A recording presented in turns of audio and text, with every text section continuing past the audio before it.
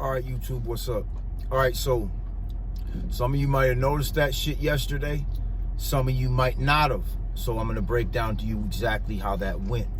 All right, and you pay attention to everybody that's in the barber shop the first time I walked past, because the kid in the red coat is standing inside the barber shop. So watch the tape.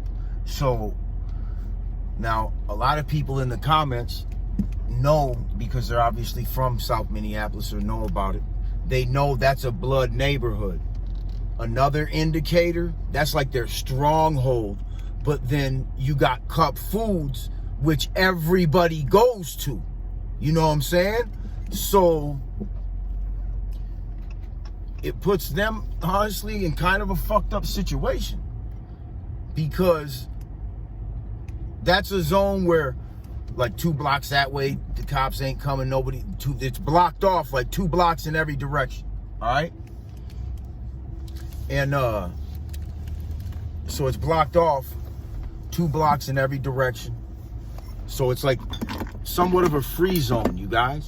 So the barbershop, so pay attention to the barbershop in the video. All right? Try this shit out, y'all. This is like, and a lot of people will know what the fuck this is, but it's cool. Kind of tastes like bubble gum or something, man. But everybody goes to Cup Foods. I just happened to be dressed wearing this color that day and rushed over there because somebody in the comments was like, they wanted to see some graffiti. And I'm like, oh, I'll get some graffiti for you. So I wasn't really trying to be disrespectful for the most part. You know what I'm saying? But I'm not a gang member, so I'm gonna wear whatever fucking color I feel like wearing. All right? But another indicator was the 30s, the red 30s graffitied on the wall across the street from the barber shop. Okay? If you watch the tape closely. So the neighborhood was already tagged. Everybody already knows it's a blood neighborhood. You know what I'm saying? So when I walked past the barbershop the first time, and I was filming, as you'll see, people in the barbershop started looking pretty hard, but you guys didn't really probably even catch it because it wasn't right away. It was like probably like right after I passed them, they might have really kind of peeped me. So it might not even look like they were paying attention to me as I walked past, right? But pay attention, the kid in the red coat was standing inside by the door. So as I'm getting to the corner and that truck is coming around the corner, I have already seen him. I really didn't see where he came from. He seemed to have come out of nowhere because I didn't see him in the barber shop. I wasn't paying attention. I didn't give a fuck. I'm trying to document some shit. I'll be damned if we go through all that bullshit right there. Like, fuck you, okay? And I'll be damned. Like, everybody goes to Cup Foods, man. I'm not going to just not go to Cup Foods because it's a gang stronghold. You know what I'm saying? And so, and mind you, now the police don't even really fuck around. So I don't give a fuck what they do out the barbershop. I don't know what they got going. I don't give a fuck, man. Like, but obviously they felt a certain way for a certain reason. All right, so boom, they send Shorty outside to check me out. Bad move. They sent Shorty outside, and they might even gave him a pistol. I hope they didn't, because I'd have fucked him up either or he'd had to kill me, little motherfucker. Okay, so as I'm sitting there on the tape explaining to y'all, the dude actually makes his move, and he's like, hey, you filming me? And I'm like, I almost just went off on him right away, and I stopped because he's young as fuck, and he didn't know what he was getting himself into, and it was for nothing. It was for nothing, man. Like, he didn't have nothing to gain, man, and he had everything to lose, but nothing to gain. So I'm like, just like made him consent to everything that I said. That's why he didn't want to. He felt, I know he's like, what the fuck? Like, damn, like they sent me out here to do whatever, or he really was just watching me. But he fucked up and opened his mouth and made his move. That's when I'm like, okay, now, had I bitched up right there, he might have went and tried to get his homies and all that shit, which probably would have ended bad anyway. Like, bottom line, I'm not going for that shit. You know what I'm saying? But at the end of the day, anybody can get it. You know, so nobody's bulletproof, nobody's immortal. You know what I'm saying? But some people are just willing to go to lengths that others are not. All right? And he wasn't willing to go to that length. Like, he got schooled hard right there. Yeah, I almost just right away went in on him. Like, I had to stop myself and realize he was a young, dumb kid. And I was a young, dumb kid at one point, and I was impressionable.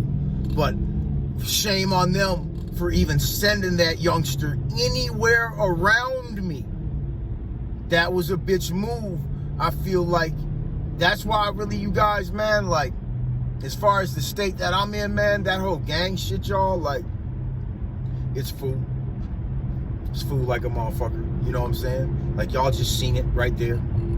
It's fool as a motherfucker, you know what I'm saying? Like, because he could have went back and tried to get, you guys got to understand, like, he could have went right back in there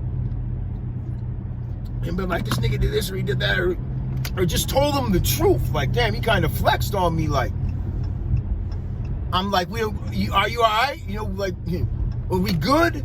Are we good? Are you all right? He's like, yeah. And I'm like, I had to make him consent, like, basically bow out. And I gave him a nice way out of it, though, where he didn't have to feel like a total punk. But he just jumped in the deep end, but he got pushed. He got pushed in the deep end, y'all. He didn't want to be there. He didn't want to be there, man. Put it in slow motion. Watch his demeanor, y'all. He didn't want to be there. Especially once I'm like, what? Like, man, he was tripping, man. And then I'm like, we don't got a problem. We don't have no reason to have a problem, right? That'd be foolish for us to have a problem. I don't remember what I said for word, but I'm like, you know, right? He's like, yeah. I had to make him say yes 2 or 3 times before I was done with the scenario because of how he came at me. Like, it wasn't nothing about him being in the camera, none of that shit. Like, motherfucker, what do I look like, the fucking police to you? But really, they might have thought, like, damn, like, the enemy's, like, about to, like, I don't know, they could have thought, like, I had a group with me and I was scoping them to come back around the corner. I don't know what they got going on there, but I can take a guess, you know what I'm saying? Everybody knows, I'm sure that that's where they hang, that's where they at. I just never really had it. I ain't never, you guys, man, in shit, 20, 30 years of being around Minneapolis, I've never had that happen at Cup Foods. Man, and that's, let me think, man. It should be going down. I didn't see a motherfucker get socked in the face before by the police. Police just walked up on that motherfucker with a banger to him and just socked him in the face. I'm like, dude, what the fuck? Now, mind you, you guys, the owners of Cup Foods, Mike and them, they be having all that shit on camera. All that police brutality shit that's happened in the past, man, I promise you, they're not giving them tapes up to nobody. They're protecting the police.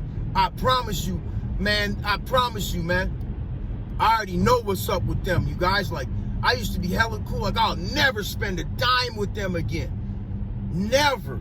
I probably never set foot in that store again in my life, just because of the politics behind the situation, how they called the police and really couldn't even verify whether George Floyd gave them the counterfeit bill or not.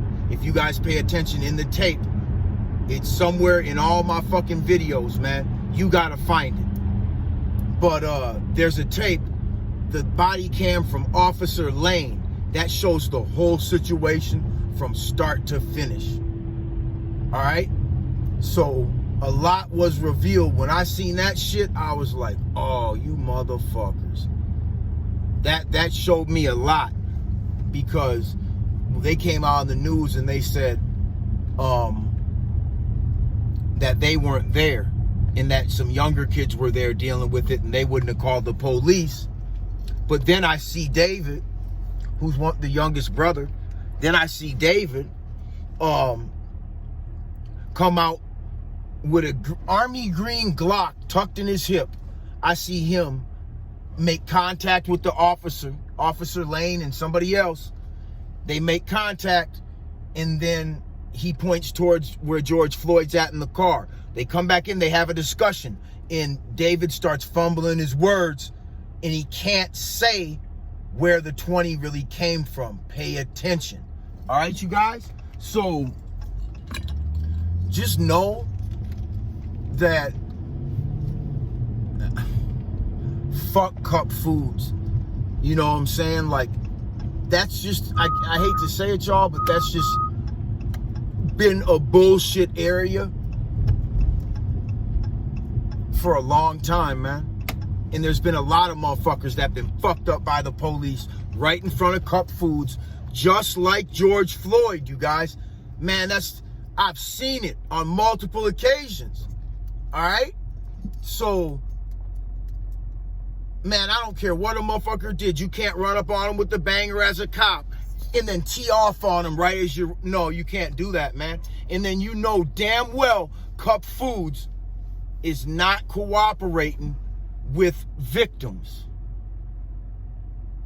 of police brutality now and in the past. I don't think they've gave any assistance in any police brutality case that ever took place on 38th in Chicago. Like, fuck them. Like, fuck Mike. Fuck that whole store. You know what I'm saying? Like, if shit would have kicked off yesterday, you guys, that shit would have been fucked up, because, like, if you motherfuckers even touch a hair on my head, man, and let me walk away, and then you think you're gonna come back and be right there, that's not gonna happen, man. But I was just trying to document some shit, you guys, but it almost went down. So no, like, when you're out here and you're doing shit, you know what I'm saying? Like, yeah, it's real, you guys. This isn't this fake journalism shit that these other fucking punk, fake positive ass bitch motherfuckers do. You know what I'm saying? Like, it could have went right. I wouldn't have recorded it if it would have went down. I could have just beat him up for just the clout on camera right there. I could have whipped him one punch. He's out cold, getting kicked a couple of times. You know what I'm saying? Looking dumb as hell. Like, I could have, if I was in it just for like some clout and some views, I'd have floored that little motherfucker right on YouTube. I don't give a fuck. You know what I'm saying, you guys? But it's not about that. We can't be at war with each other.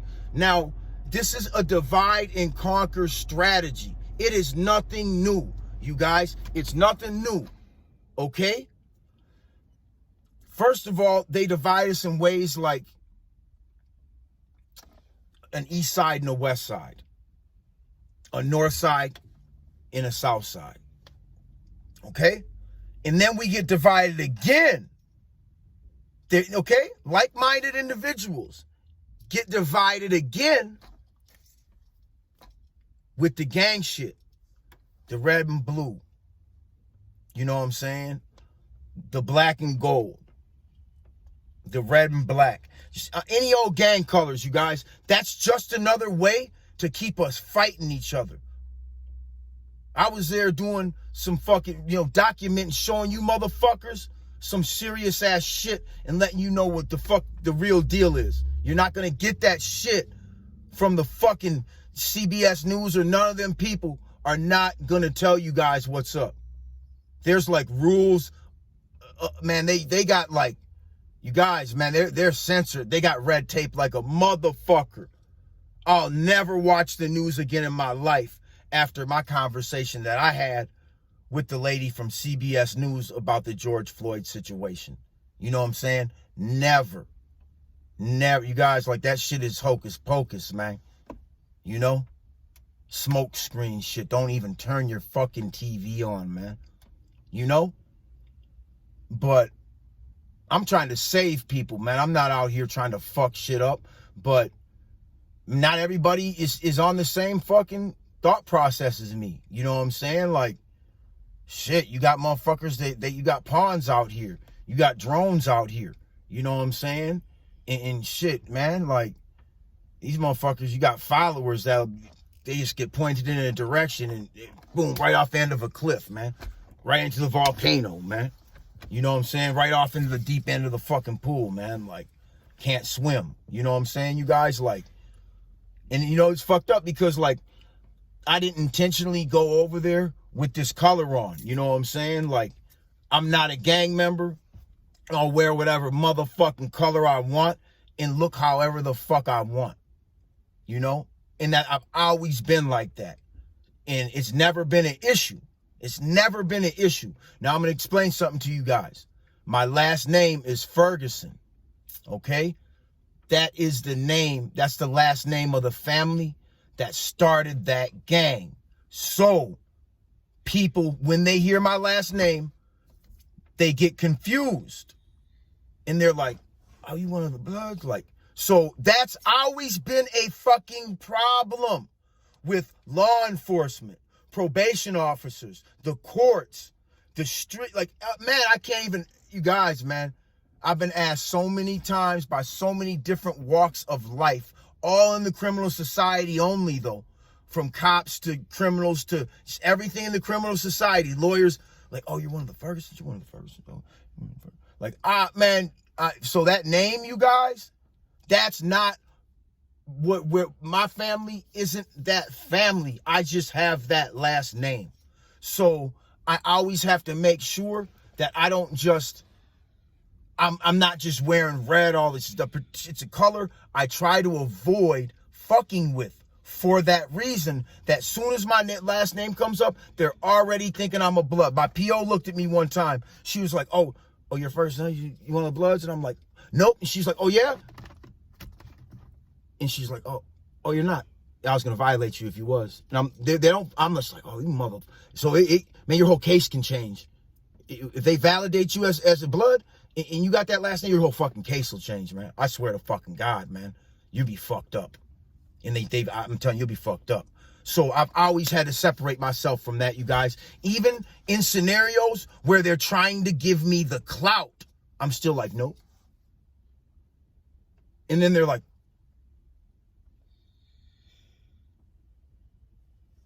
it just does not make sense to them when I say I'm not. Fucks them up. Especially people in the streets. Cops, they just think I'm just trying to deny it. I've had cops roll up on me and be like, who's your dad? Who's your dad? Which one's your dad? Who's your dad? What's his name? Like, boy, these motherfuckers would be, I'm telling you, like, man, like, and honestly, like, can't tell you too many stories. Even though I'm from South Minneapolis, I guess I just don't pay attention to certain shit. Because I can't tell you a whole bunch of blood war stories, aside from a few scenarios that I've been involved in. But damn, that's like, I've had other altercations with that gang, you guys. So not right there, but on the north side. So I've had issues with that gang. That's actually part of the TJ story getting blasted. The K-Wood story. That was a situation where it wasn't gang related, but it was, yeah, we fell out. You know what I'm saying? And because really, you guys in Minneapolis, man, once motherfuckers get to a certain age, rival gang members are hanging out together, breaking bread, playing cards, all that shit. You making moves to get all that shit, that young shit. Like, he didn't even know. Like, he might not never make it to the level. You know what I'm saying? He might always just, that little shorty, he might not make it. He's a send-off. He might not make it to you know, street boss, man. That motherfucker right now, he's like way down at the bottom. You know, straight peon and shit. You guys, like, don't get involved with that gang shit. Be your own man. I'm gonna go get something to eat because I'm hungry like a motherfucker. I think I covered everything about that. You guys, with the divide and conquer shit, that's how they've been doing us. That's how we can never rise above nothing. They divide us, east side, west side, and I'm just giving you the basics. And it could be states. It could be regions, west coast, east coast. You see what I'm saying? the division, it doesn't just start once. They do it again. They divide until motherfuckers are right at each other's motherfucking face. And they all do the same shit. We all do the same shit. Want to smoke weed, ride around ill whips, and fuck bitches and shit, and have a nice crib, and just we all chasing the same shit and end up fighting each other, blasting each other, but never do shit to a cop. Won't say shit back when the police come, but it'll try and run up on me. You know what I'm saying, you guys? Like, Shorty got shut down. It could have got a lot worse, though. You know what I'm saying? Like, you know they got something in that barber shop. Like, come on, man. You know, they in there cutting hair, but you better believe they got more than just them little clippers. You know what I'm saying? So, you know, ain't nobody fucking playing out here. You know what I'm saying? Like, that was a loaded situation. So don't think that was a real loaded situation. And it could have, I started off to just let it go there. I was like, and I caught myself like, this dude is like a kid. I need to teach him the way. But I don't have time to save him, but I saved him that day. You know what I'm saying? Because he was fucking up, you guys.